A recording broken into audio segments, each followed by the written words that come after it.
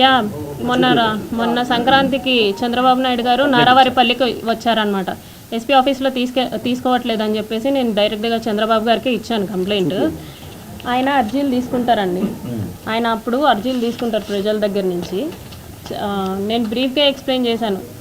So that MLA విషయం అయితే నన్ను పిలిపించైనా మాట్లాడతారు అన్న ఎక్స్పెక్టేషన్స్తో నేను వెళ్ళాను అనమాట. కాకపోతే ఆయన ఏంటంటే అంతమంది ప్రజల్లో జస్ట్ అందరి నుంచి తీసుకునేలాగా అర్జీలు తీసుకొని కలెక్టర్ ఆఫీస్కి చేరవేస్తే నాకు కలెక్టర్ ఆఫీస్ నుంచి గ్రీవెన్స్ నెంబర్ వచ్చింది.